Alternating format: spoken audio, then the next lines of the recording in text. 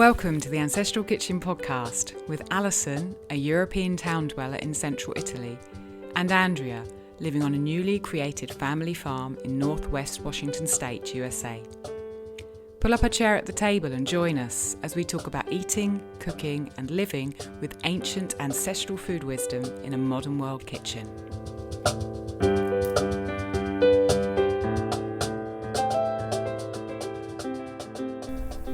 Good morning, Alison. Hey, good afternoon, Andrea. How are you? I am awesome. Thank you for asking. I'm actually sitting by a fire for the first time since we've been recording. We haven't really had to do many fires yet, but now it's getting a little chilly out. So we've had the fire going all night and it's been nice. The weather's turning here, or it has been a little bit. Suddenly last week it got quite cold and it seemed very autumnal. We went to the market and there was lots of kale and fennel and things like that. Oh, that's nice. But then, as always happens in Italian autumn, suddenly the sun comes out and it feels like summer again. during the middle of the day. In the morning, it's freezing. Yeah. Very, very cold, and you need your coat. But as soon as that sun comes out, it's wonderful. So it's a sunny day today, and so it actually has felt kind of like a, I don't know, September day, even though we're nice.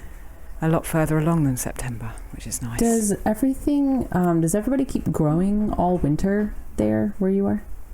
Yeah, pretty much. Wow. The crops change. So instead of all the kind of tomatoes and melanzane and zucchini and all those kind of crops, you turn into the greens. So the broccoli appeared last week. I missed broccoli so much. Oh my goodness. And Tuscan kale, cavallonero, lots of other kale, fennel, cabbages.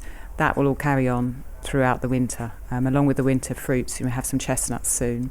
And pomegranates are appearing everywhere. So Gable's been enjoying whacking those on the back with a spoon to get all the bits inside out. And persimmons and the citrus will start coming in soon. So yeah, everything really keeps growing through the winter. Yeah, just different.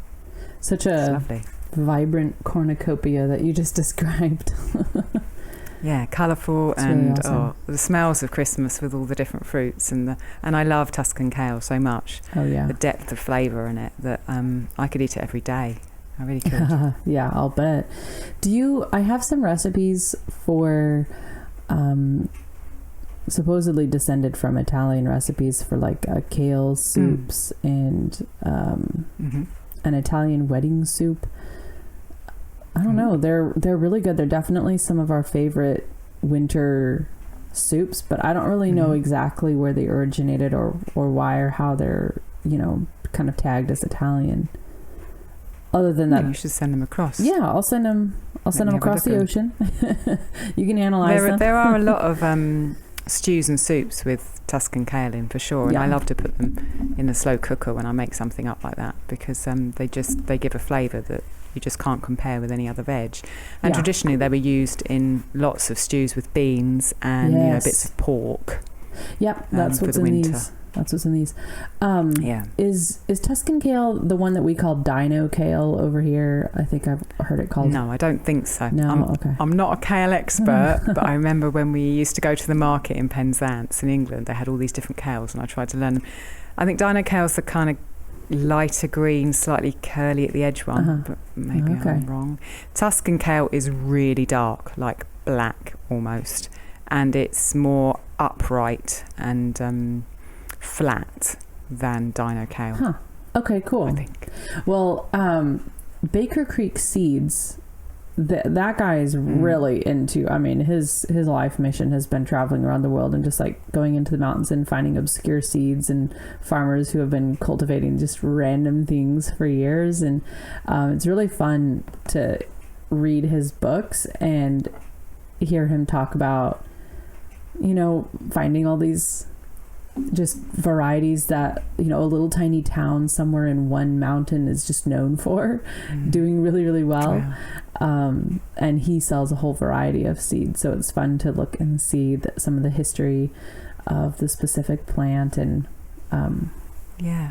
why it does so well, where it came from and everything like that. Exactly.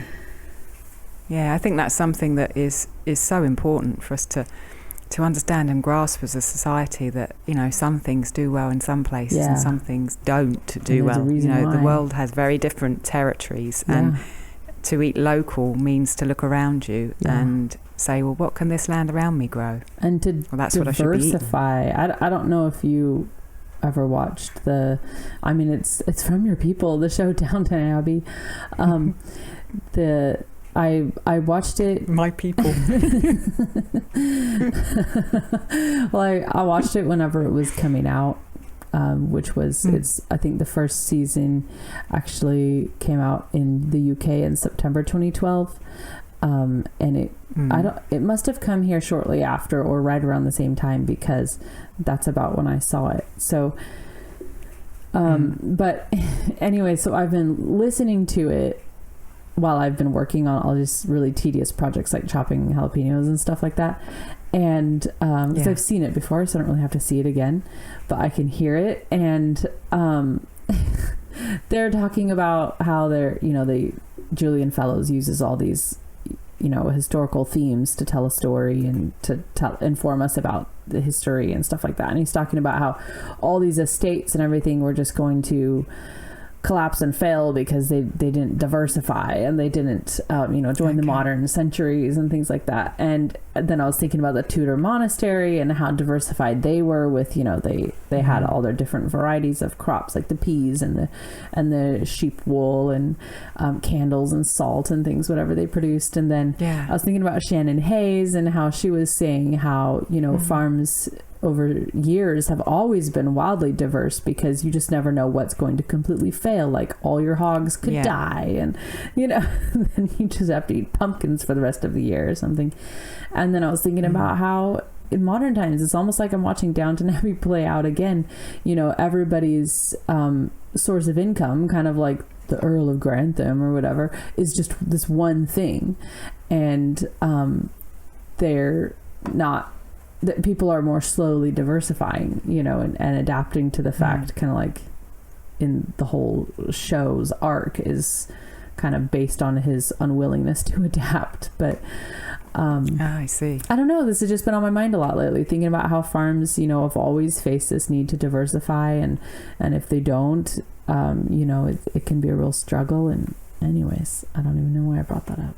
I've been listening to some podcasts by the journalist Gilly Smith. She did a series with a chain of restaurants in the UK called Leon, who do some fabulous food in London. They're like not expensive. You can just go in and take away, but they do sustainable foodstuffs.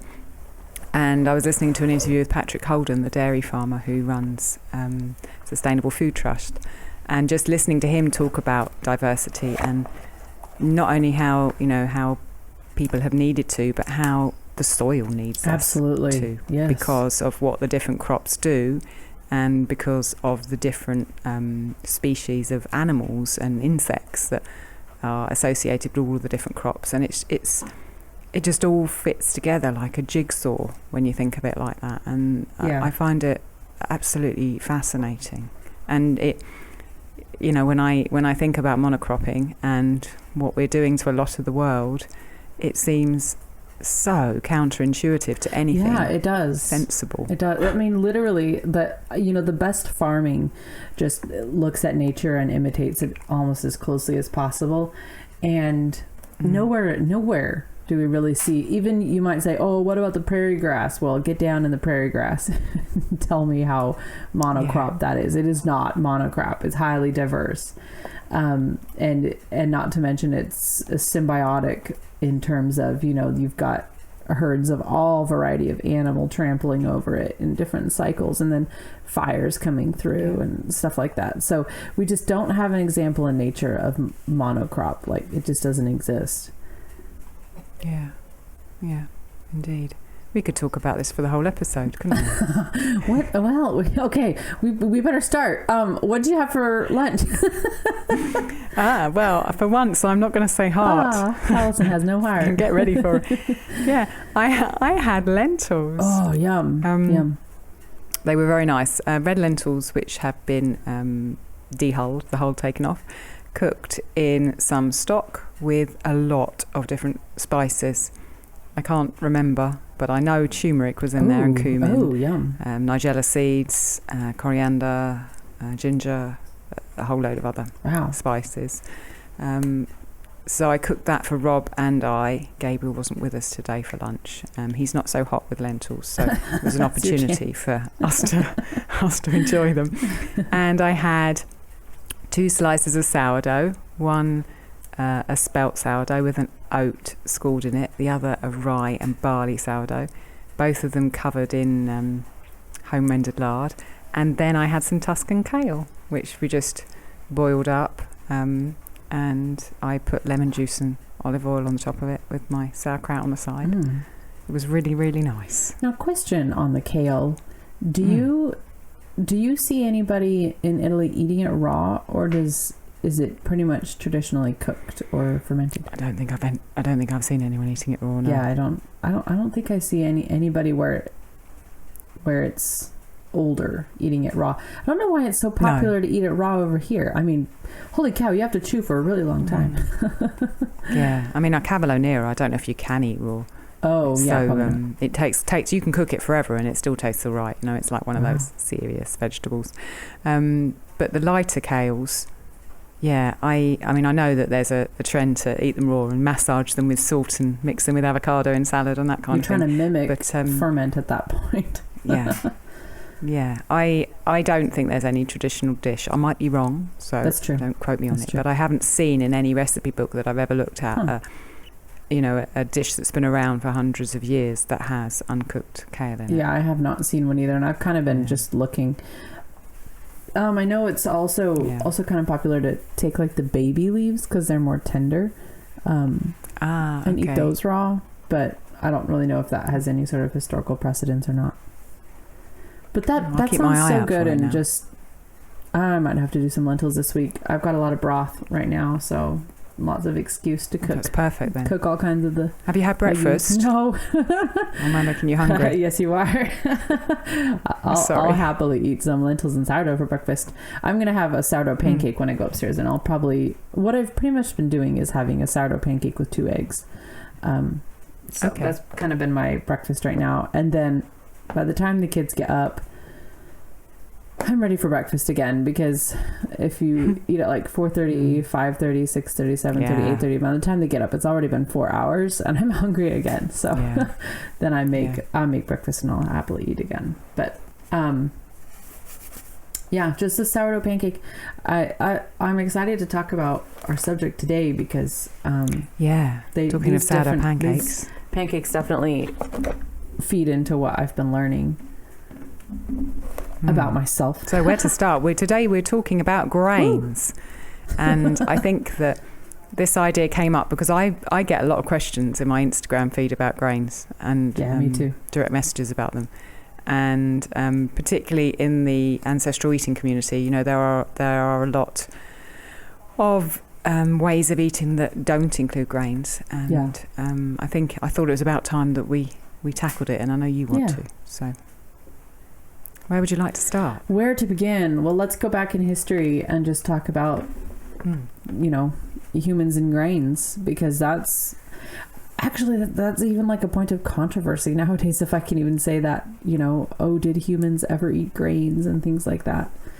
So it's interesting because I've been reading a book called Setopia by Caroline Steele the last couple of weeks, and she proposes something that I've not read before about the beginnings of agriculture, so the times that the humans started to farm, and that was around 12,000 years ago.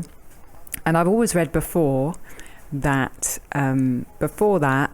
probably we did eat grains, but we only did it kind of sporadically because we could only just collect what was growing wild, what grasses were growing wild. And I previously read that we perhaps settled and started farming because of the discovery of, bread and how we could use bread to fuel ourselves. And I have also read somewhere else that we settled because of the discovery of beer and how people just, could create this fabulous substance that would move them to a different realm with grains. But in Caroline Steele's book, she argues that farming started because humans were forced to farm because there were temperature changes, which meant in the Fertile Crescent in the Middle East, foraging and hunting, particularly for animals, became much more difficult. There were not as many animals going around, and therefore man had to adapt. And of course, humans are fabulously adaptable creatures, and the finality of that, what happened was that we settled and started farming. And I'd not heard anyone say that before, and I wondered whether in all your reading you've done about grains, what you've read about the beginnings of farmings and how that relates to the history of grains. It's kind of funny because what I was actually going to say isn't from something I read, but it's from something I listened to. But I mean, you can go back to the sources and read more about this too. But on the History of Food podcast, which is interesting, it's like Zootopia, somebody's going to share with you both their opinion, both archaeological fact, and then kind of their thoughts, their conclusions. So he also posits the idea, which I know is definitely not an uncommon one, that, grains were kind of the foundation of civilization. What's interesting, Sally Fallon has a book also about, I'm trying to remember the name of what the book is called. I'll look it up while we're talking, but she talks about how everybody says, oh yeah, we were just hunter-gatherers and we didn't really eat grains before. And she says, kind of like, it sounds like Zootopia is saying that, no, there is a lot of evidence that people were eating grains anywhere and as much as they could find them. And then she relates this interesting story about when explorers went to Australia, and they kept commenting on how these fields of grain looked cultivated, but they surely couldn't be because all the Aboriginal people there were nomadic. But she said what they've seen in both North American history and in Australia, and I don't know where else, if she said other places, but they've seen that what people were actually doing was almost like a form of mobile cultivating. So cultivating and then traveling, and then cultivating and then traveling. So you might kind of like the Bible says, one man sows, another reaps, kind of like that. Maybe was her theory. People were cultivating as they went, and they might not necessarily be the one to get the harvest, but because everybody knew it was good for everybody, then that was kind of her theory. Everybody was just sort of cultivating as they went. Oh, it was nourishing diets. Very egalitarian. Yeah, it is. Nourishing diets, how paleo, ancestral, and traditional peoples really ate. I don't know if it was like a totally egalitarian spirit, or if they're like, boy, I hope I get to come back here and eat this or not. I have no idea. Yeah. She didn't really theorize too much about that. But the thing that...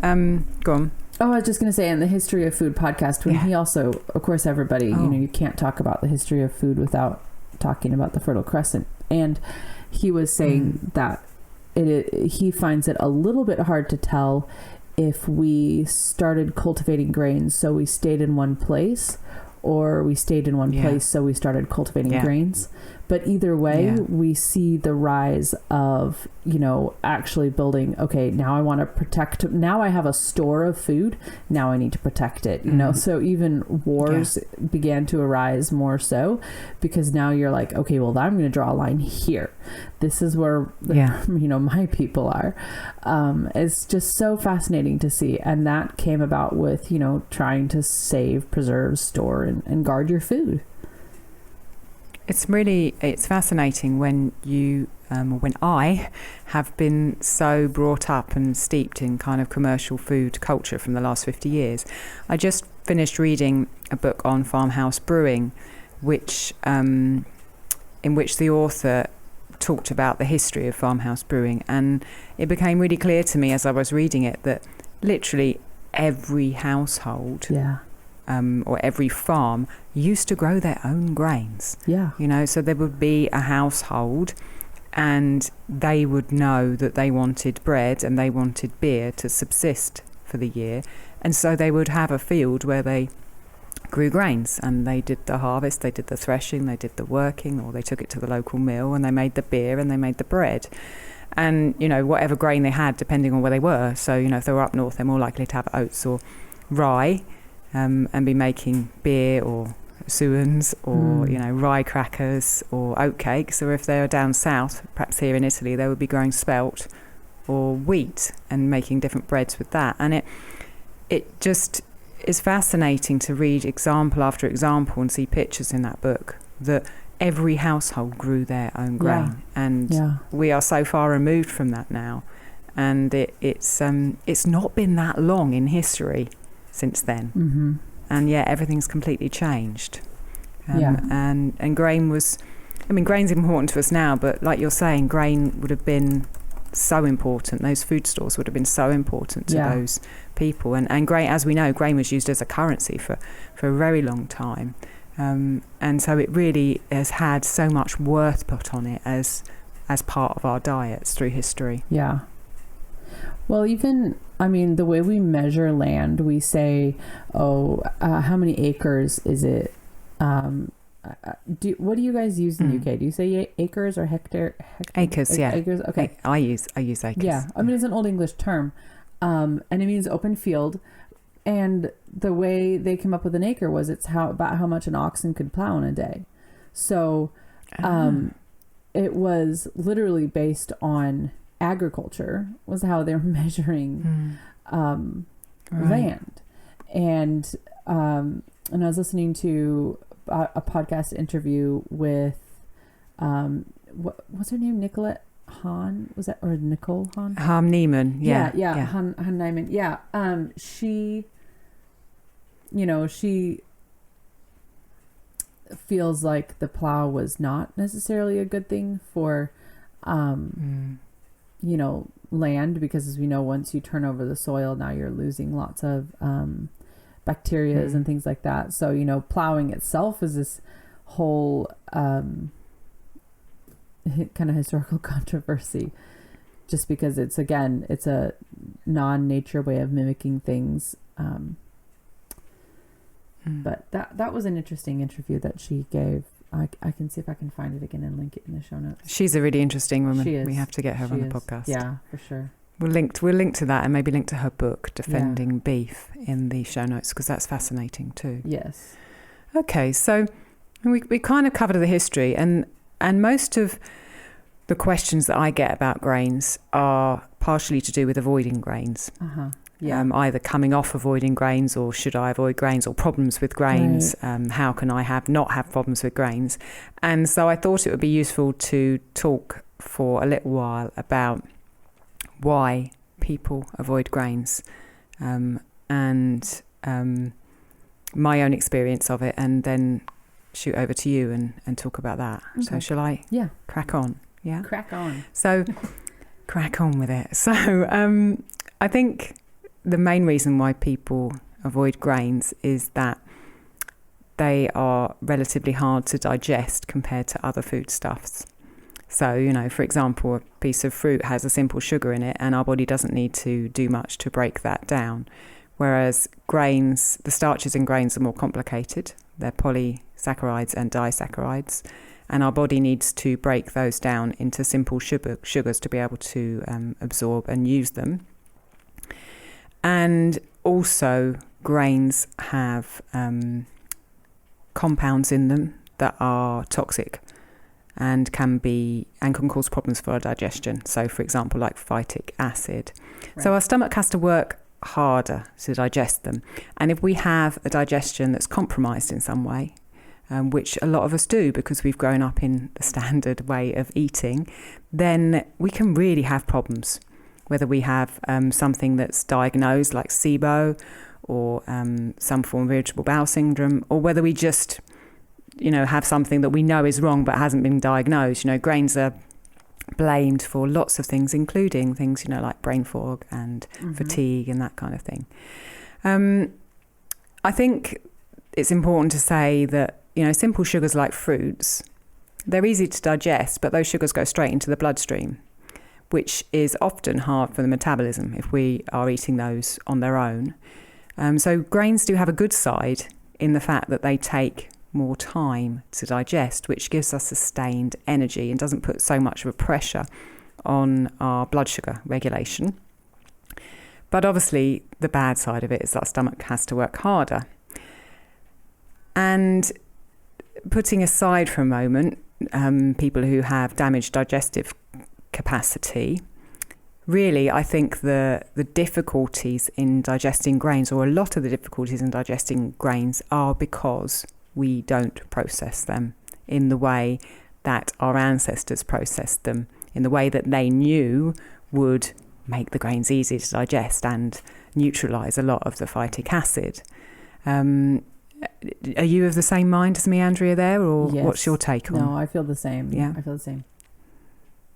Yeah, okay. So really, the diets that restrict grains, for example, paleo and the autoimmune protocol, GAPS, they are often and best used, in my opinion, for specific periods of healing when you know you have a problem.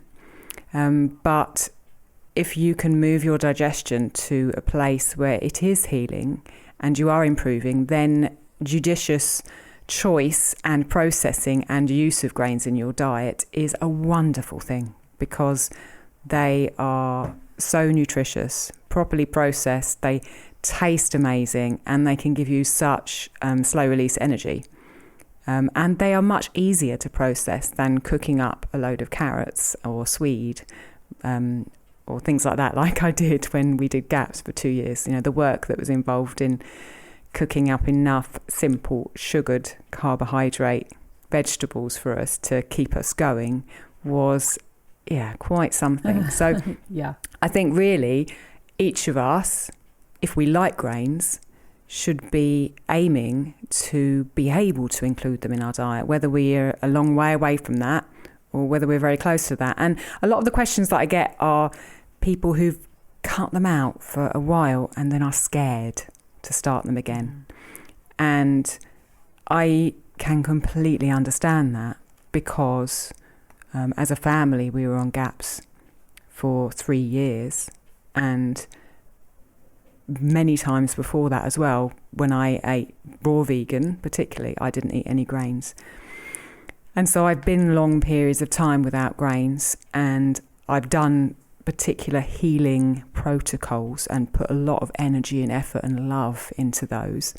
And then coming off something like GAPS, when you've been on it for 3 years and you've not had bread for 3 years, it's extremely daunting to think about, oh my gosh, really?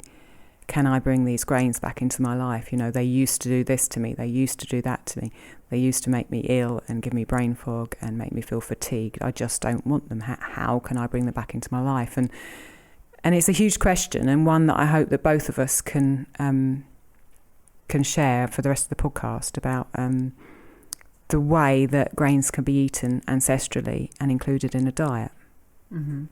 You know, it's so interesting, Alison, that I'm just thinking about, like, as you're talking about, you know, diets and things that we're doing to leave grains out.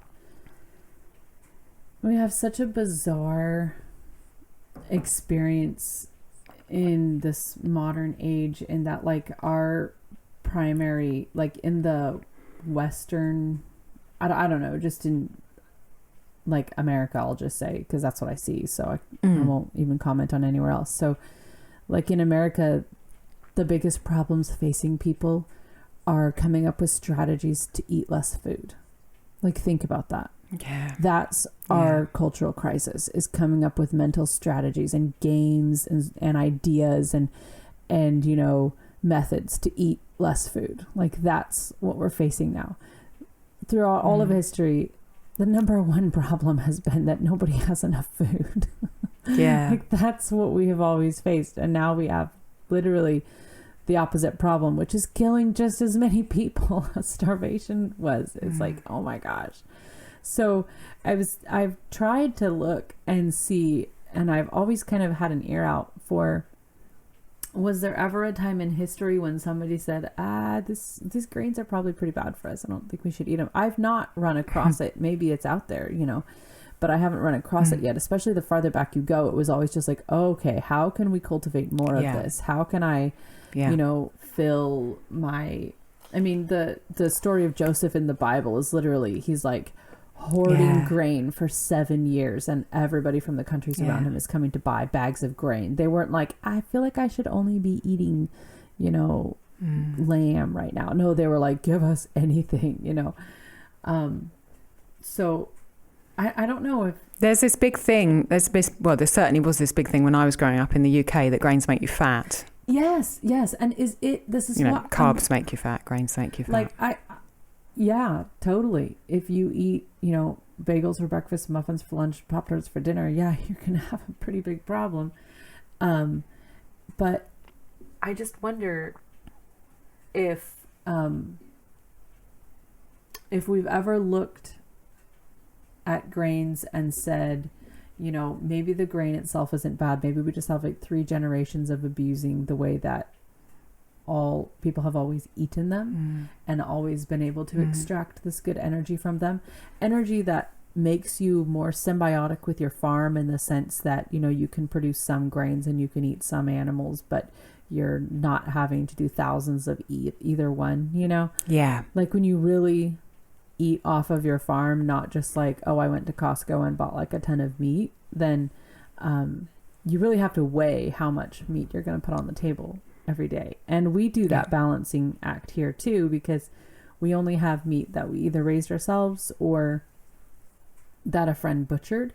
And so, we have to decide, well, there has to be some portion of organs, some portion of bones, and some portion of meat, not necessarily because we're trying to achieve this like magic ratio of eating it, but because that's what we have. You know what I mean? And so sometimes, yes, we're souring grains to go with the meal to make the meat go farther. And I don't know, there's definitely really popularized carnivore diets right now, and I'm not saying anything against anybody who's doing those. Like if somebody's doing that and it's working for them, like I'm not going to get in their way. I just wonder why, fat was really vilified for a long time. And right now I feel like grains are getting that kind of treatment.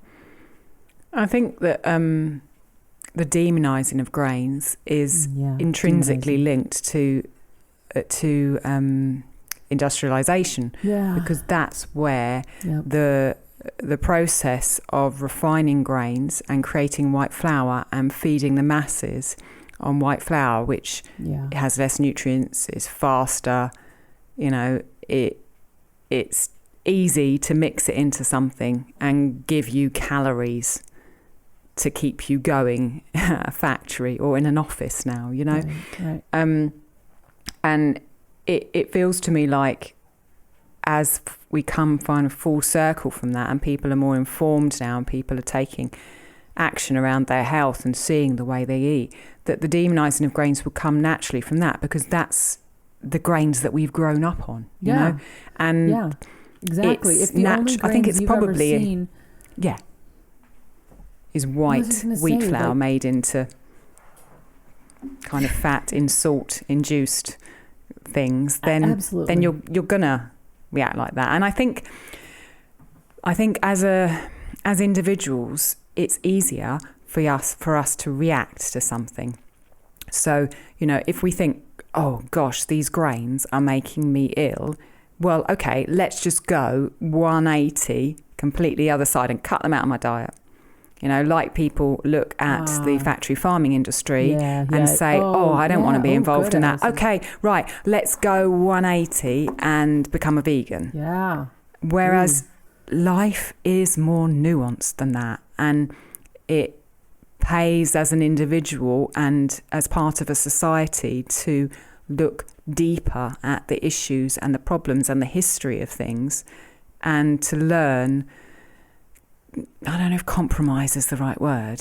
I'm a kind of all or nothing person. So, when I wanted to lose weight age 20, I cut all fat out of my diet. Well, that was a bit of a mistake. When when I didn't like the industrial meat industry, well, I went vegan. And I look back at these things and I think life is more nuanced, and it's natural that we might react because of the way we are and because of the way we've been brought up and say, I don't want grains.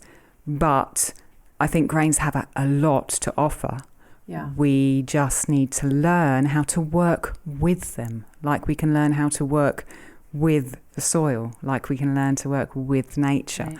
And we just have to learn how to work with grains by looking back at how the people who knew how to work with them before science told them any of the stuff that we know now, and learn from them.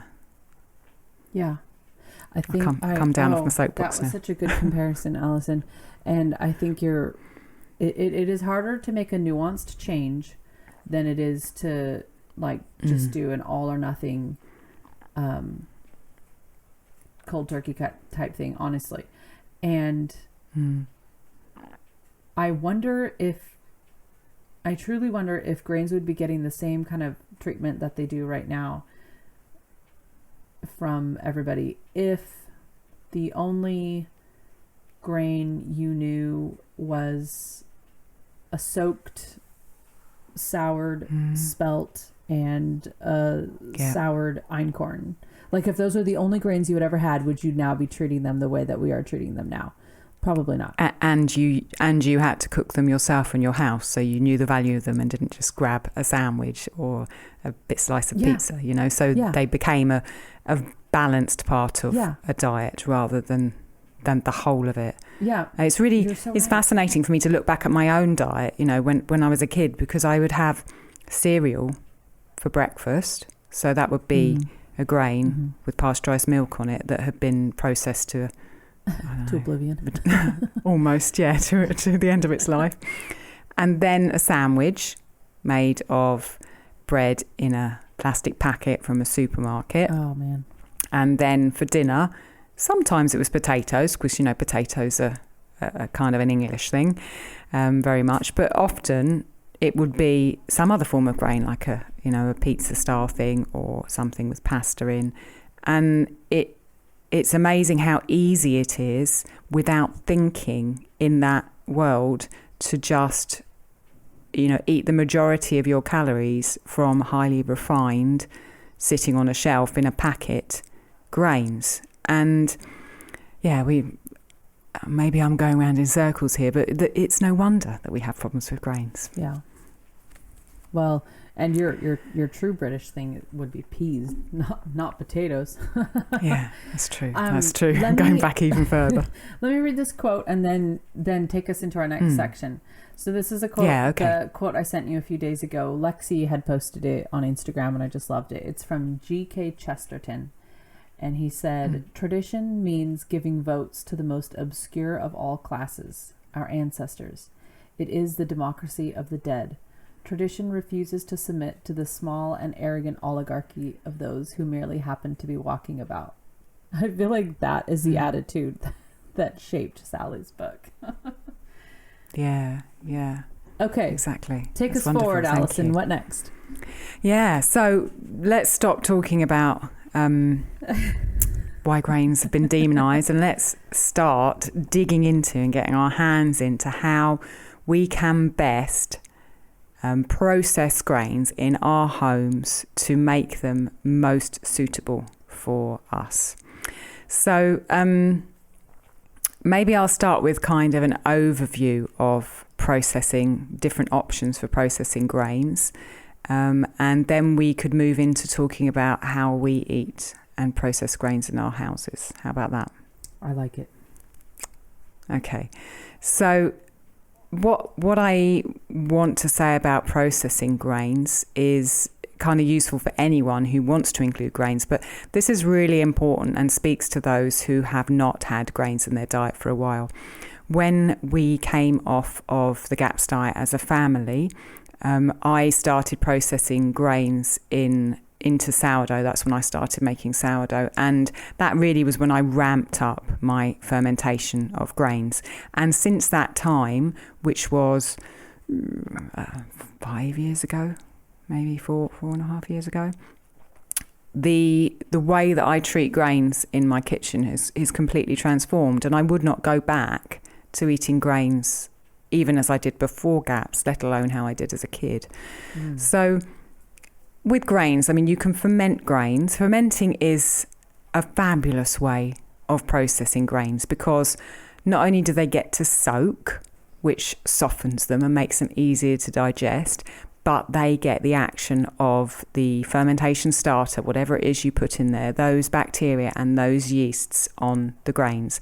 And those allow the anti-nutrients in them, the toxic plant compounds, to be neutralized, and they also start the pre-digestion process. So they basically just take a huge weight off our own intestines in the processing that it needs to do, and makes the grains softer and brings out more nutrients and neutralizes anti-nutrients. So for fermenting, you can ferment your grains into a porridge. You can ferment grains or flour into sourdough bread. You can ferment flour or grains into pancakes, just like you're going to do for breakfast in a bit. And there's a big history of making fermented grain drinks, certainly throughout Europe, with very many different grains. And really, those four things that I've just mentioned, porridges, drinks, pancakes and sourdough, really consists, I would say, 80% of the grains that we eat in this house. And really, it doesn't have to be complicated. In that, you know, if you don't know how to make sourdough, it doesn't matter. You can make a porridge really easily by just blending up some grains with some water and plobbing a bit of whey or a bit of sauerkraut or a bit of yogurt into that and leaving it on the side for a day. Yep. That is not a difficult thing to do. Pancakes are really easy. Just do the same but with flour. You can make flatbreads like that. You can make naan breads like that. You can make little flatbreads or cakes in the oven like that. You know, you do not need to be a whiz at sourdough. And I mean, sourdough has very many levels of complication in that, you know, at one end there's the really open crumb tartine, wonderful. You need a very strong skill set for it. But really what you need to be healthy and happy is a simple bread on your table. Mm-hmm. So, you know, even if you think you can't do sourdough, there is a simple way of making sourdough. Mm-hmm. And really, our ancestors just did this. You know, they worked with the grains, they milled it themselves, and then they left it out with water, and it fermented. Before we did GAPS, most of the fermentation I did of grains was without a sourdough starter because I wasn't making sourdough. So I used to ferment buckwheat. I used to soak whole buckwheat groats and ferment them wild, literally just leave them. And then I'd pour that batter of those fermented buckwheat groats into a pan and make a, in quotes, bread. I used to do the same to make a pizza base because I didn't make sourdough, but I still fermented a lot of grains. You know, it really doesn't have to be complicated. Do you want to add something to fermenting and processing, Andrea? Well, I guess what I want to say is that it is very, very simple and easy. And I'll use the quote that I know I've used a number of times on here from Slow Down Farmstead, which is, it's not hard, it's just different. So yeah, I definitely feel like there's a lot of people who listen to this podcast who they are like, I've been making sourdough for a long time. And then there's also a lot of people who are like, hey, I want to start eating grains, maybe a more humane way. And so I just want to do what I can to help dispel any myths. I think the fact that there's so many huge hardcover, glossy, shiny, beautiful books about making sourdough bread, it can start to feel really intimidating. But it is actually quite basic, and then you can just expand on it from there and get fancy if you want to, kind of like you said. And the Nourishing Traditions book, she actually has a Nourishing Traditions cookbook for children that I recently got. And honestly, if somebody feels intimidated about this stuff, just get the Nourishing Traditions book for children, because it is beautiful. It's very simple.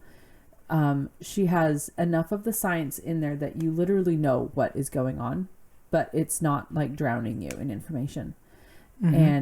And then you can see that it's so easy that like a 5-year-old can do it. It's so simple.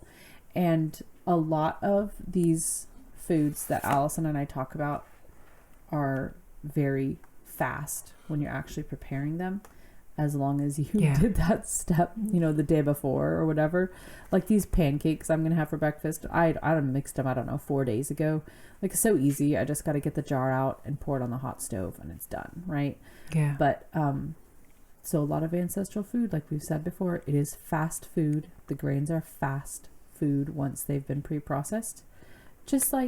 And it just takes that extra step in the advance, which can be the hard part, honestly, because you're like, oh, I didn't do that yesterday. But getting more in the habit of it helps. So. Yeah, it's a slow process. Once you start remembering a few days, then it's a habit that and it's not like you have to stand there spending an hour making breakfast or lunch or whatever. But you did that little step like the night before, the day before, whatever, and you let the chemistry do most of the work, and now you just have to cook it very quickly. So it does. The other thing that I thought would be useful to talk about, particularly for people who want to reintroduce grains, is the idea that not all grains are equal. Oh, yeah. I think most people know that kind of processed wheat is perhaps not the grain to start with, right, if you haven't had grains for a long time. But remember that there is a spectrum of grains. So if you want to do something similar to wheat, but not wheat, there are lots of ancient varieties of wheat that are less complicated, have been less modified along the centuries. There are also spelt and various versions of spelt, the einkorn and the spelter and the emmer. In addition, there are many non-gluten grains that can be used and bread made with them.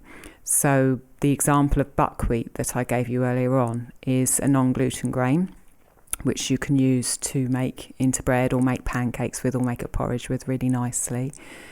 The other thing that's been quite important in our family's life is lectins and lectin-free grains. So lectins are a plant protein which is created by the plant in order to ward off predators, and it's a toxin, and for some people it's a problem. It can cause inflammation in the body, and then the various symptoms that come from that, depending on what your leaning is, whether you end up with eczema or brain fog. And lectin-free has been quite important for us in healing our son Gabriel, in that we took him as far as we could with GAPS and the various other protocols we've done and all the processing of grains I've done, but we still around 6 months ago had an issue, and it was really understanding lectins and experimenting with things that we thought he was eating that he might have a problem with, that we've come to understand that he does have a problem with some lectins. And so the grains millet and sorghum, which are both available here locally in Italy, are lectin free, and I use those in my kitchen every day. I think that they're easier for us to digest because they're gluten free and lectin free, but they're really nice and can be made into porridges, they can be made into drinks, they can be made into pancakes, and I make a bread with them too. And so if you've been off grains for a while and you want to reintroduce them, listen to your own body and experiment, think about the things you've had problems with in the past, and try perhaps with some of the lighter grains first, ferment them, and see how you get on with those before perhaps you move to some of the other grains that might be slightly more difficult to digest. And that's been our experience, and I thought that might be helpful to the daunted people out there who want to start grains again but aren't sure how to. Yep. Do you eat lectin-free grains or any of that kind of millet, sorghum, buckwheat, gluten-free stuff? Well, we do have them mixed into things, but we don't really have a special focus on it. Yeah, I actually couldn't tell you. So what grains do you use? Let's see. Well, we use a pretty wide variety. I do have some wheat. We don't use loads of wheat, but we do have wheat. Let's see. Einkorn, lots of einkorn, obviously. Spelt. I don't know. Do I count buckwheat? I mean, it's technically a seed, but I think. Yeah, no, I count it. Yeah. If we're counting grains, we do have rice. We don't use tons of rice, but we do have it from time to time. I'm trying to think what else. And do you eat whole grain rice or white rice? No, we eat white rice. And why do you do that? It came down to digestibility. So it seemed like I don't know, maybe we'll try the brown rice again sometime. But it almost seemed like the symptoms were worse with brown rice. Yeah, I would concur with that. And the reading that I've done concurs with that there are more of the things that you would have problems digesting in and I don't really know. In the brown rice. I don't know. Is there ways to ferment rice? I have no idea. I never. Yeah, definitely. I mean, other than like koji rice and things like that. Yeah, but you can mix it with traditionally in India, mixed with pulses to make dosas. Oh yeah, pancakes. Yeah. So often I haven't done it for a while, but rice with lentils, blended up, fermented, and then put in the cast iron pan into pancakes. Really, really lovely. Our kids love, excuse me, rice and milk, which probably sounds disgusting to most people. I think it's like a descendant of a milk pudding type thing or a rice pudding type thing. Okay, yeah.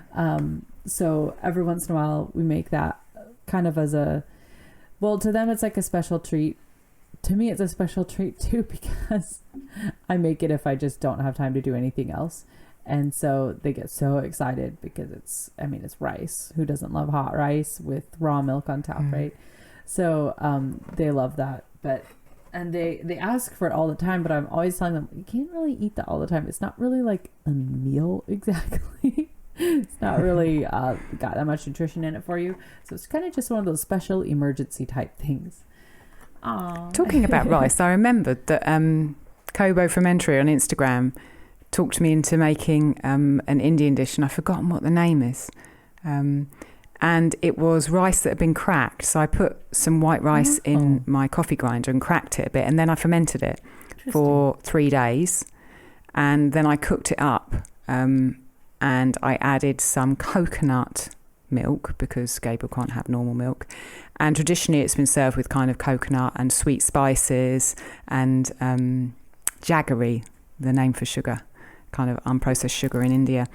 And it was really delicious, and Gabriel liked it. You just talking about your kids with rice and milk reminded me of that fermented rice dish. And then I used the water that I fermented the rice in to wash my hair with, because there's some research that this tribe in the mountains somewhere, these women have gorgeous hair in their 90s, and they wash their hair with the soak water from fermenting rice. So I got persuaded into trying it. BRB, I gotta because I think some rice. It has certain proteins in it, and maybe this is true for any soak water you would put in grains. I don't know. Someone should do an experiment that it makes your hair all shiny, because it's got lots of good things in apparently. Well, I feel like we use that sounds great to me. I feel like we use a pretty wide range of grains. We've almost always had teff on hand. I know Aaron did that amazing video for the patrons. For the patron, and he talked about using teff to make the injera pancakes.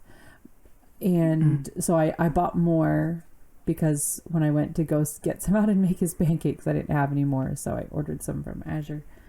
But yeah, we use a pretty wide variety. What's grown where you are? What's grown? Oh, there's locally actually quite or a kind lot of grown semi-locally? here. There is a decent amount of grain production out here, but I would say the majority of those kind of big crops happens over the mountains on the desert side, just because land is so much more expensive over here. So any farms with like huge fields that are producing an income are farms that have been in a family for a long time, because if you bought the land now, it'd be impossible to make an income off of it. Yeah, interesting. Okay, not impossible. Just much more challenging. Hard. Yeah. There's a lot of grains grown here in Italy because the weather and the soil has adapted to it. You know, and obviously Italy is relatively famous for spelt and the Roman army being run on it. Yeah. But wheat is grown here, and rice is grown here, and the millet and the sorghum that I buy is grown here, and oats are grown here, our rye is grown here, really quite locally. And so we are blessed. In the UK, I remember I could get almost all of the grains. I struggled to get buckwheat, the faux grain, and the health food store where I used to buy it said it was from the packet said it was from England, and I was like, buckwheat grown in England? I didn't know that, because I would buy it in bulk from the supplier if it was. And it ended up actually it was grown in China, but the people who put it in the packages put England on it, which was nice. But England, it has a relatively good selection of grains. I could buy wheat that was grown there. I could buy spelt that was grown there, and rye and flours. But also in the shops, there are a lot more flours and grains from outside the UK. Whereas here in Italy, you really don't often see flours and grains that are grown outside Italy in the shops. Right. Oh, that's amazing. That's awesome. When we started eating einkorn a long time ago, the only place we could get it was actually from Italy.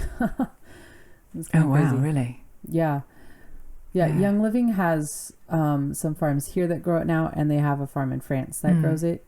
But you still kind of got to get it when you can get it, because, you know, it's an older variety, right? So it doesn't, you can't do, you know, as many rotations as quickly as you can with like modern durum wheat or something. And then also because it's not chemically treated in the field, at least the Young Living one isn't, then it can actually go rancid, you know, more quickly, like on the way to being cleaned and stuff like that. So you kind of got to get it when you can get it. But we do love that because it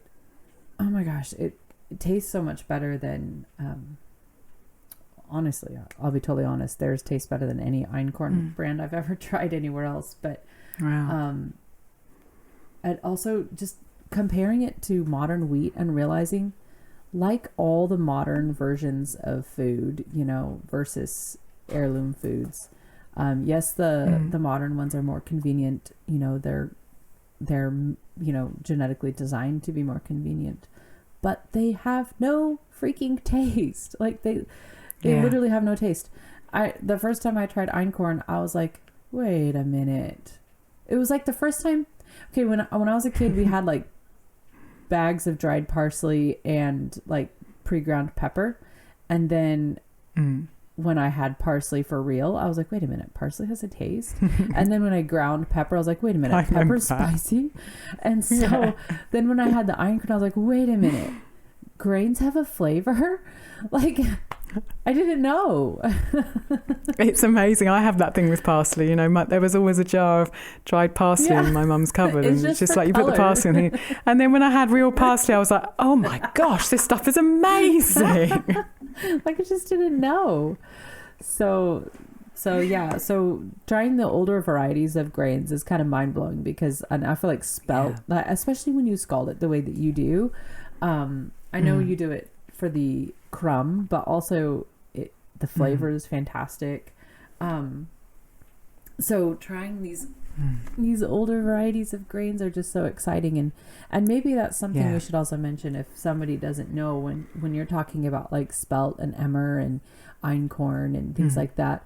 These tend to be old versions of grains. And what I mean by that is, over the years, with an animal, with a plant, with anything, farmers start to notice which crop did well, and then they can cross crops, they can, save seeds from specific ones, and then come into the modern era, and rather than even just sort of kind of naturally evolving, like sort of forcing what you want to say, like survival of the fittest, sort of forcing it into a expedited version as farmers are doing, now come into the modern day, and you can go into a laboratory and like manipulate the genes of the plant to do what you want, to the point that modern wheat has some like 36, I want to say, chromosomes. Yeah. None of which are identifiable by the human body, because none of them are original to the plant at this point. Even an organic wheat raised without pesticides, an organic durum wheat, would still have those unique chromosomes. Whereas einkorn, which is the oldest form of wheat that we know of, has like 12 chromosomes. Like, it's just so different. It's much taller, which, from an agricultural perspective, you don't want taller wheat because it takes longer to grow that tall, right? Yeah. And then you can harvest it and plant again within the same year, and aggressively harvest more out of that field. So that Alison, the UK can throw away 50% of their bread? What are we doing this for? I know. And this is why ancient grains are more expensive than wheat. Yes, that's a great because it's point. harder to grow them. That's a great point, Alison. But really, if you value the food and you're making it at home in the kitchen, the quantities in which you eat them and the nutrition that you get from them, in my opinion, are worth prioritising the money for them rather than using standard wheat. Yeah. Well, you're not going to. Rob can't actually eat standard wheat, really. So yeah, he can't. That's why. Right. Yeah, that's why we don't use it. So tell us how you eat grains in your house, how you prep them, and tell us how often you eat them, and what quantities you eat them. Well, not as much as I'd like. Actually, would like to eat them more. Okay. But I have to get back into a bread making rotation. But our fermented oatmeal, that's definitely one of the ways we eat grains. That's for sure a popular one. Sourdough bread, which is, just sourdough bread, however people make their bread. Pancakes, sourdough pancakes. I'm trying to think. I feel like those are the main ones. We have tortillas, probably at least once a week, sometimes more, but they're not fermented or anything like that. So I can't say that those follow all the ancestral rules. Bizarrely enough, if I have like one tortilla, it doesn't seem to like the problem doesn't seem to be so great. You know what I mean? Whereas if I were to eat like a bunch of slices of bread or something like that, I would be like bloated and everything. It'd be horrible. What else do we do? There was something. Oh, I recently tried this. Like, I purchased these frozen sprouted wheat bagels to try. I've been using them when we put together breakfast for the hip campers or the glampers. We either do like the sourdough pancakes and then they make their own pancakes up there at the tent, or like bagels with some of our homemade jam and stuff like that. So I got those as kind of like just to have in the freezer ready, and we ate them. And you said you don't sprout grains, correct? I don't typically either, right. Just because it's not for bread. Yeah, it's just easier for me to ferment it. But I tried these sprouted ones, and basically I had zero effects. It was like as if I had eaten sourdough, which I thought was very interesting, because I thought for sure it was going to be not like that. That's interesting, because the sprouting process would have converted a lot of the complex carbohydrates into simple sugars. So you would expect it to be easier to digest, because you literally would be eating many less complex sugars. It literally was. I think several people have asked me, do I sprout my grains? Yeah. And the only reason I sprout grains is to make malt, to make ancient beer. I don't sprout them routinely for bread. I might do if there's something I want to experiment with. And the reason I don't sprout them is really twofold. On the kind of the push side, it's a lot of work. It is. Oh my gosh. To get the grains, to soak them, to put them in a thing, and then to rinse them and to watch them sprout. Yeah, it's a lot. And then if you're going to put them in a bread, really you've got to dehydrate them. But also because the way that we process our grains, 80% of the time in this house, I don't have any problems with, and neither does Rob or Gabriel. Yeah, exactly. So there's no need for us to sprout them. Having said that, we've just changed suppliers of our grain because the rye grain that I was buying didn't sprout, and I wanted to sprout it to make beer. So I've changed to a new supplier, and I ordered some... let's get this right in English, not Italian, oats and millet and rye and spelt from them in bulk last week in 5 kilogram sacks. And I thought, well, let's just try sprouting them all and see, what sprouts and what doesn't, because we needed the rye to sprout for beer. And so I had 4 little jars and a little bit of each of them. And the rye was sprouting away like crazy. The spelt started to sprout, but much more slowly. And the millet and the oats didn't sprout at all. Oh. What I did, though, this morning, or actually last night, because my experiment was over, I put all of them into the food processor with some water and a bit of sourdough starter, and I blended it up, put it in a bowl and left it out overnight, and I had it this morning for my porridge. Oh, my God. And it was absolutely delicious. That sounds really and I kind of remember that the smell and the taste of sprouted grains is very, very nice. It's a very comforting smell. I'd like to do it perhaps a little bit more often than I do, but I don't think for our case in particular, we haven't needed to sprout them, and it's a lot of work to do it. So I think that the fermenting and the proper kind of eating of them, and including fats when you're eating them, is, for us at least, much more important than the sprouting portion. Well, it certainly fits your routines, and I was thinking about looking and seeing if I could buy some sprouted wheat and try baking like a regular bread with it and see how I do with it, just to see. I don't know, because it would be nice to be able to just say, oh, I didn't think about it, but I want to make some bread right now, And when I did that a couple weeks ago, and it was great, like just a regular fast yeast bread, like instant yeast bread. It was great and everything, but of course I felt like garbage. So, that's the downside. You should try it. I'd be interested to hear what comes of it. To just get some and try it and see how you get on with it. I wonder if it would. So, do you eat grains at every meal? That's not. I don't know whether you said that. Not always, but. Not necessarily. Like oftentimes I'll make us a big stew or something like that, but I don't have any bread made or anything like that. We just eat like the stew.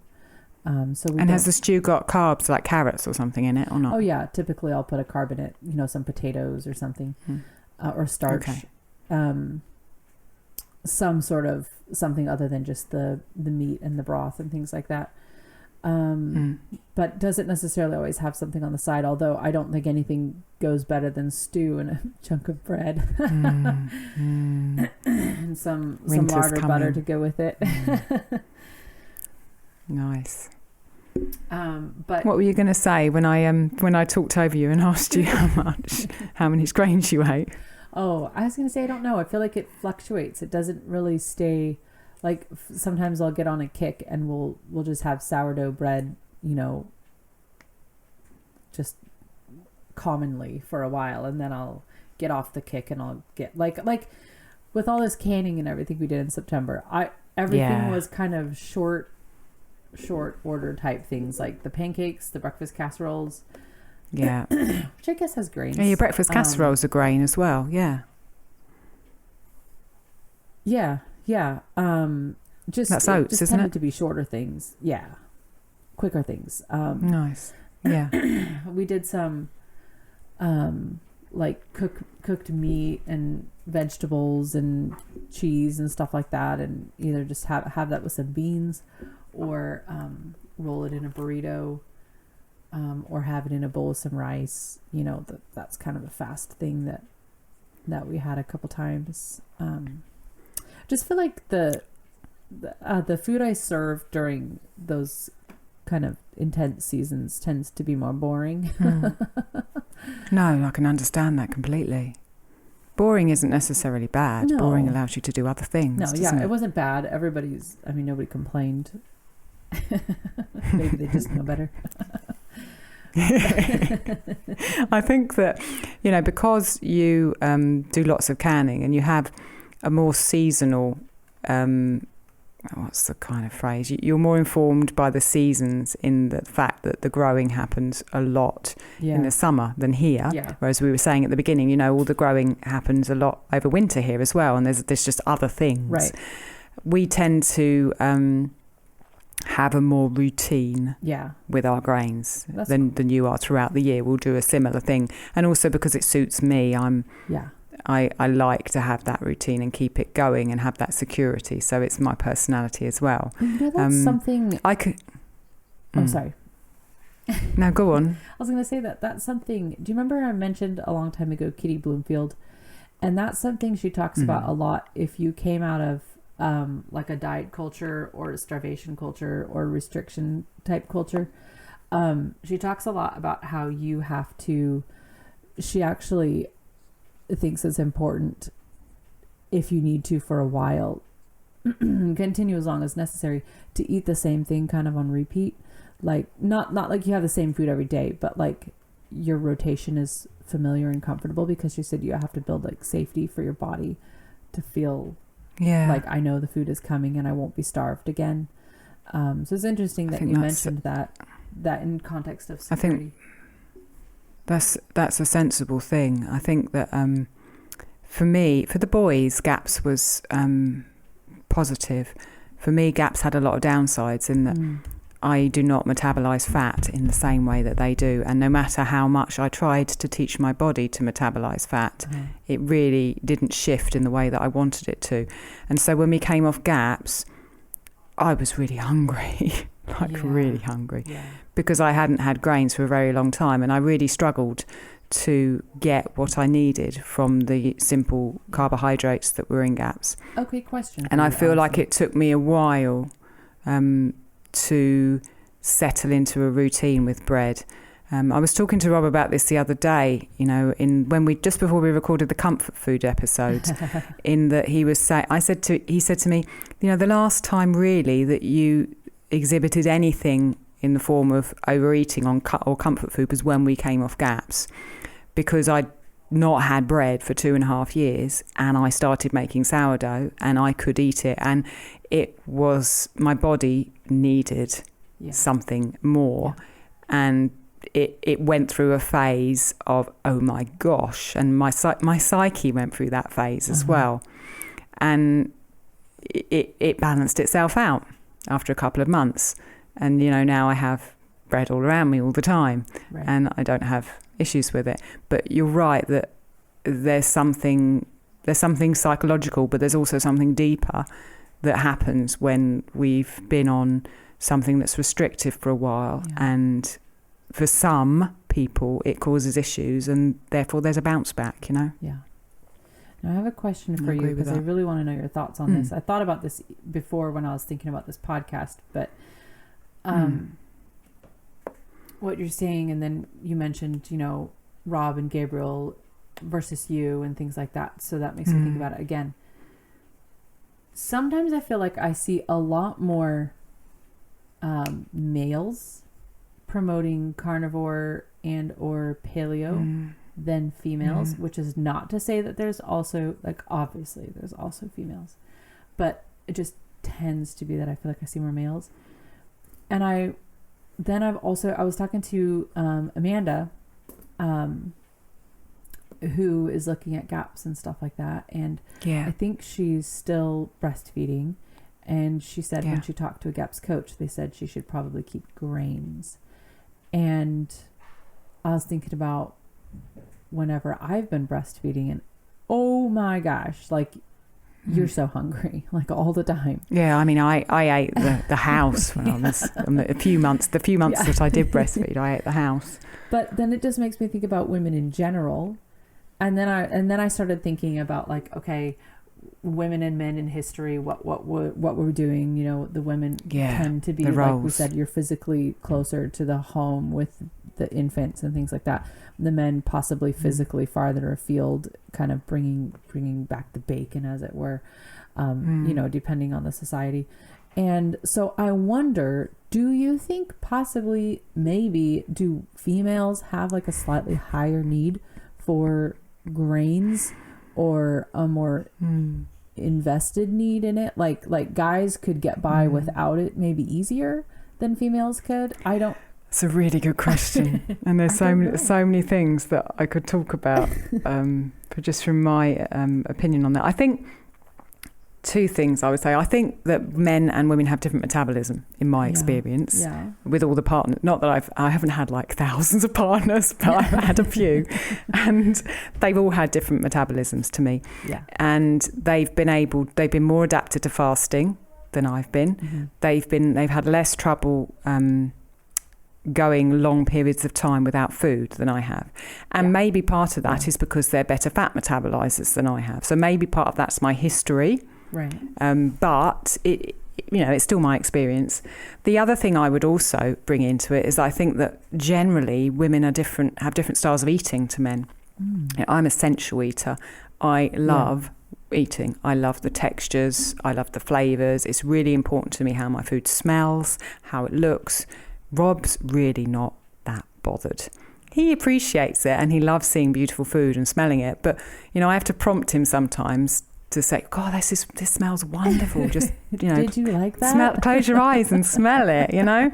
And he would, left to his own devices, which he often is, if something's more important, he'll go without lunch. Yeah. You know, he's not bothered. If all there is a carrot and a bit of old heart and a chunk of bread, he'll put the three of them on the plate, not even chop the carrot up and eat it. and I think plays in to women's need for perhaps more regular sustenance and a different type of sustenance. And I don't know any science behind it. That's just my opinions. But I think also what you're saying around childbearing and breastfeeding and the different roles that women had, I do think that the needs and the timings of food would have been probably have developed differently. And I feel that very often, or I have felt often as a woman, that I need to be able to replicate what Rob can replicate, otherwise I'm not good enough. So if I can't fast for a week, or if I can't go, you know, from 4 p.m. till 10 a.m. without eating, then there's something I'm doing wrong. But I think I'm different to him, and it's important for us all to listen to our own bodies rather than to listen to what someone says we should be doing, and experiment and learn and be okay with eating something different to the people around us and to the people on the other side of our table if we have to, you know. And you have to we don't eat the same. Really cautious about letting somebody dictate what you're doing, because that person might be speaking from their experience. And if it's a male speaking to a male who's never maybe even gone through starvation culture and has a totally normal metabolism and circadian rhythm, and he's talking to a female who essentially lived through a famine for 10 years. And has and brought up 2 children and breastfed them. Birth babies and operates on an infradian rhythm. Then it's going to be a totally different conversation. And I do feel like when you say listen to our bodies, like it is really important, and it is hard sometimes in culture and Instagram and all the things around you are screaming at you all these things, you know, do this, don't do that, you know, and you almost can't even hear what your own body is saying. But then you hear a woman saying things like, oh, I was like dreaming about bread and like, you know, like all these just bizarre things, and you're like, okay, well, maybe you need a piece of bread. Yeah, exactly. Totally. Interesting. Maybe you need a piece of bread. Maybe you need some butter. Yeah. Let me talk about what we eat grain-wise, how much we eat and how we do it, because I've made a big list and I want to read it. I'm ready. So I would say that I eat grains 3 meals a day, mostly. Sometimes we roast vegetables and we'll have those at a meal, but generally I eat grains three times a day.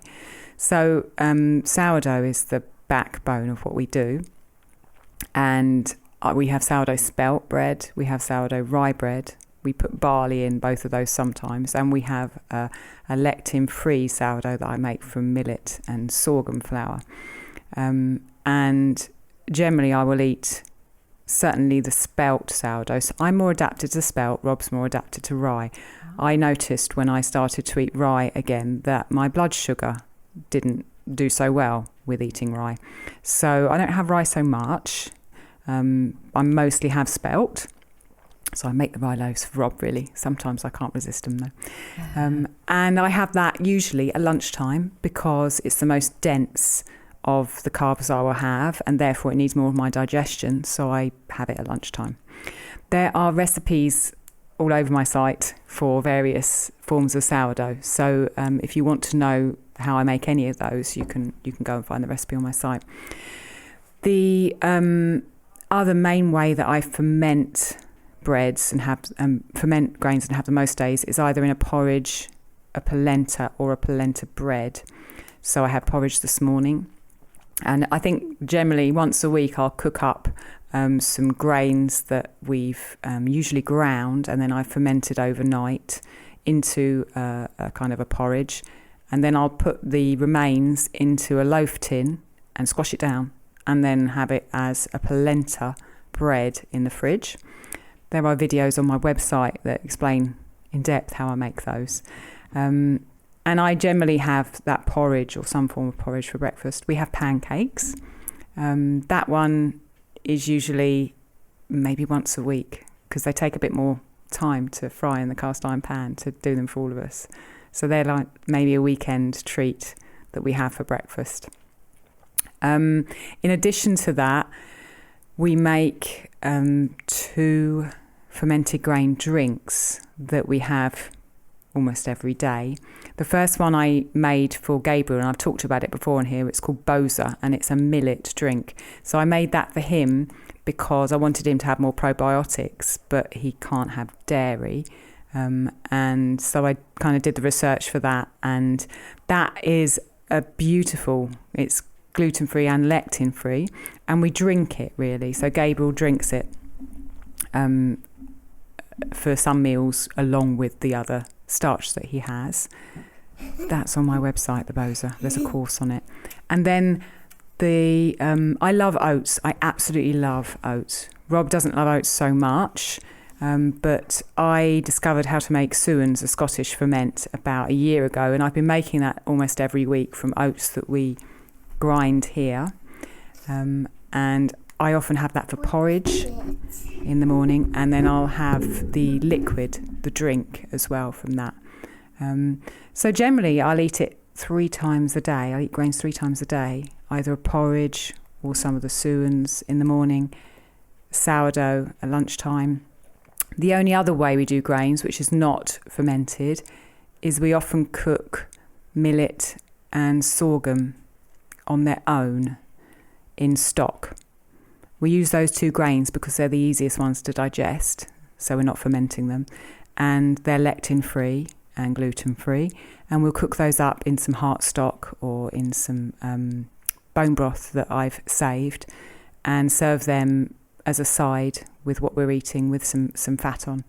So often I'll have that for supper. Sometimes I'll have the lectin bread for supper. So yeah, 3 times a day, but really, really good grains, and I'm really happy that I've got the routine going where I can ferment them and give them to my boys. I love it. And I love that Boza because it's so unique and different. And I'm gonna link, I know for the Boza and the suans, you have actually made like courses that people can buy and learn, from you on video how to make them. So I'm gonna link those in the show notes, just if anybody hasn't already seen those. I'm so inspired, Alison, by how I don't know if regular is the right word, but I like the patterns that you have. I feel like I am sort of getting more towards that direction of having a pattern. And then as soon as I think that, then we end up with like 1,000 something happens or something, and I just everything is out the window. But I do like that, because I feel like that is something that my metabolism needs, because we all eat the same thing over here, and we have for a while, but post third baby, my body has just not responded the way that it did after the other ones. And so I'm like, okay, something is just like, I'm just like waiting, and nothing's happening. I'm like, come on. So, I wonder if getting more of my routine down, because I do feel like being sporadic is just because of my history with, like, you know, starvation and stuff like that. I feel like I really need those routines. I think metabolism is really, I mean, it is a very personal thing, and it changes over time. So, you know, once if you were to instill that routine over a little while, that might change and your needs might change. But to give your body that, to stop it perhaps going into a place where it's digging deeper than it needs to, totally. For me, that certainly is something that works for me. I mean, I haven't had any problems with weight since I started including grains again in my diet after GAPS, and I do feel like I have a ton more energy than I had right at the end of GAPS. Totally. So, and I want to be really, I have to be really careful, because I know what I could do to force my weight down, but that is not something I'm willing to do. It's just so unhealthy. I would rather take the time and let it take the time. I think that time thing that's a useful and I can't remember what the word is. I'm glad to hear you say that, because I think, you know, many times in the past I've done things in my diet because I'm not willing to wait the time. And, you know, it's easy to say with hindsight, you know. I just can't. It's easy to say it with hindsight. You know, when if I knew back before I started GAPS what I know now, then I probably would have approached GAPS slightly differently. It did wonderful things for Gabriel and wonderful things for Rob, and some really good things for me too. But I've very often gone at things with a hammer, really, because I want a result. And really, it's not as satisfying being slow. It's not as satisfying saying, okay, well, you know what? I haven't had grains for 2 years. What I'm going to do is I'm just going to ferment a bit of millet and make a porridge once a day, and do that for a month and see what happens. Because that's not, you know, it doesn't give you an answer. It's frustrating. It requires attention and time. But really, in order to get to a peaceful place with food, rather than swinging from one side to another, which I've done many times, you know, in the past, the slower and more conscious and patient you can be, the better, I think. Yeah, and I'm definitely agree with you on that, because I feel like if I hadn't done all those radical things in the past, I probably wouldn't have as much trouble as I do now. You know what I mean? Like, I feel like I created the problem for myself, and I know I could maybe give myself a short-term fix right now, but that would leave me 10 years down the road again in you know, in a lot of trouble. So I'm trying. Amen. My conclusion is that if I'm just following an ancestral diet, the closer and closer I can get into doing it, there is equilibrium in that. And so I'm just like, okay, come on, give myself the time to feel it. And I feel like the routine is helpful for that, because actually just this, knowing that I'm going to have the pancake and eggs in the morning, I don't know, there's something very satisfying in that. Like, it's not even that much, you know, it's pancake and the eggs are, you know, they're heritage eggs, so they're kind of small, but it's just right, you know, it's just right. So I wish that I could come over there and give you some sourdough, so then you wouldn't have to worry about making sourdough, or just make you a massive polenta bread with some different grains and just leave it in your fridge. something, I forget, who was I talking to? I think I was talking to Sabrina and Colleen, and we're like, imagine Alison can make a loaf of bread and they can eat it all week. Can you imagine that? Like, we just could, like, we make a loaf of bread and it doesn't even make it through one meal. But you haven't seen the size of my loaf of bread. That's true. But what we were thinking was also, so with more kids comes, there's obviously more work and stuff like that. But also I'm thinking, hey, I'm realizing that Jacob is learning more and more in the kitchen, and I'm going to be able to actually make this a homeschool chore. On Wednesdays you start the sourdough or something, and he asks all the time, can I do this? And so I'm getting better and better about being like, yes, and just stepping out of the way and letting him do it, even if it's clumsy, because I know the payoff will come later. And, both for myself, selfishly having him help me out, but also for his private life, being able to do things later, so so before you know it, he'll be making you sourdough and filling up your freezer and bread bin with it, and then you'll have it for the week. My mom was really good about that with us kids, not only having us do things in the kitchen and involving us always from a young age, but also she would make things into like it's just a regular chore or a task. So you think, I have to scrub the toilet, and then you also have, I have to start the sourdough or whatever. I don't think we created sourdough, but whatever it was as the task that she gave us. And then it also becomes in a way your school, because it's your your home ec, you're learning all these amazing skills in the house that obviously are paying off later.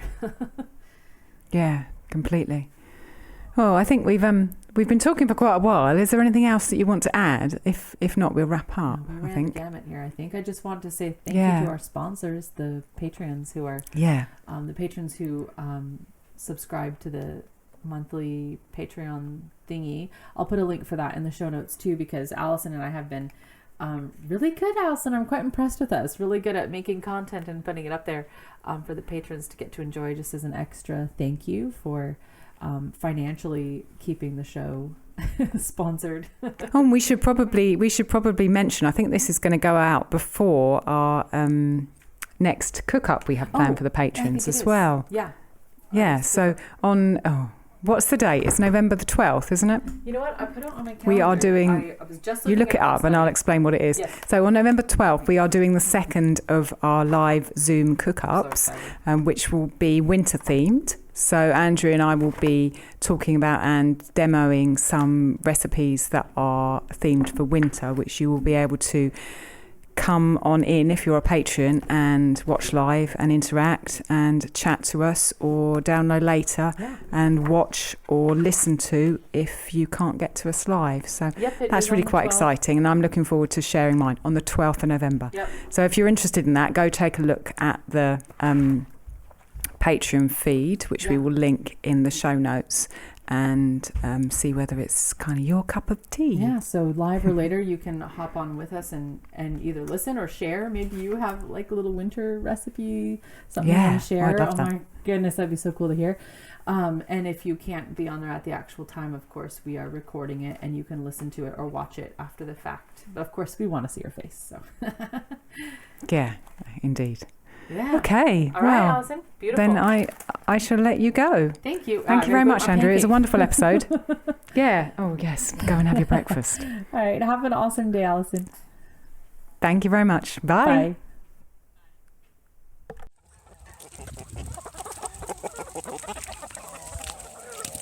Thank you so much for listening.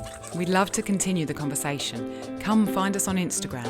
Andrea's at Farm and Hearth, and Alison's at ancestral_kitchen. Until next time, we both wish you much fun, exploration and satisfaction in and out of the kitchen.